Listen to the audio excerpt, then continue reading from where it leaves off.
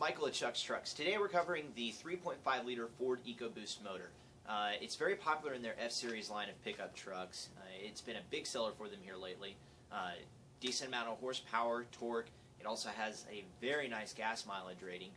And what we're looking to do is maybe just increase on those couple of things a little bit more. Unpackage the product from the box and then double check all your components from the parts list that's included in the instructions.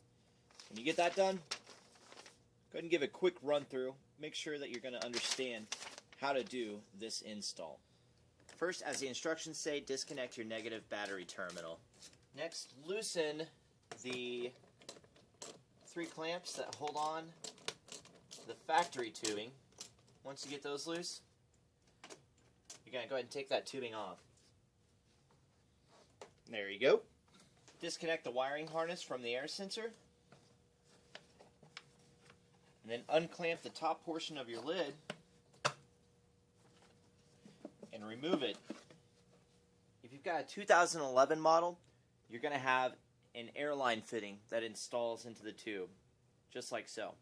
For ours, we've got a 2012, 2014, so we just install this simple little plug right here. Next, you'll install your 3-inch and your 4-inch couplers to the tube.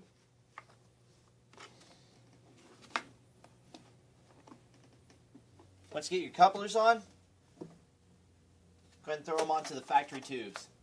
Once you have the intake tube installed on the truck, you'll just go ahead and put together the box. Pay attention to the note that says the tabs need to be on the outside, like so. Now, depending on the configuration of your factory intake system, you'll use 1 or 2 sensor receptacles on the Airaid sensor tube. There's a mass airflow sensor receptacle, and then there's a MAP sensor receptacle. Depending on which one you got, you're going to use the appropriate one. On this one, we've got a MAP sensor. So, the easiest way to do that, go ahead and just take yourself a small set of vice grips. Lock them onto that guy right there.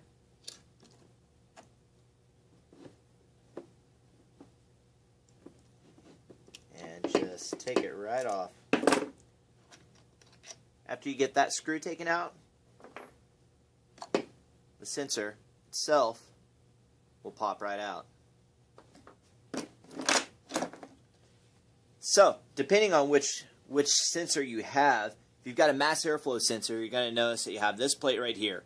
Remove these 2 bolts, and then once you get those out, this plate will come off. Make sure you pay attention to the orientation of the arrow.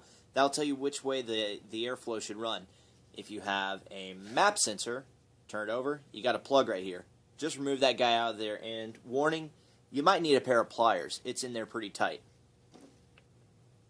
Once you have the MAP sensor plug removed, just insert as so. Line it up with the hole that's in there, and then they're actually going to send you a washer and a small bolt to keep that guy in place. Okay, so we've got our assembly together. Now we install the panels onto the factory intake box. At the same time, we line up our coupler. If you have your box installed and you're comfortable with the way it's fitting onto the tube, go ahead and tighten your coupler. Install your filter. Install your hood seal. Last but not least, don't forget to hook your battery back up before you try starting the vehicle. Once you've got everything installed, last thing you got to do is fire it up.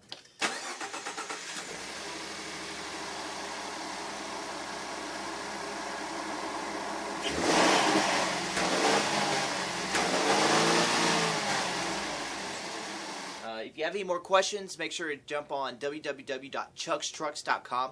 We are pleased and glad to help you. We'll do anything that we can to give you more information. Again, thanks for watching, and make sure you visit www.chuckstrucks.com.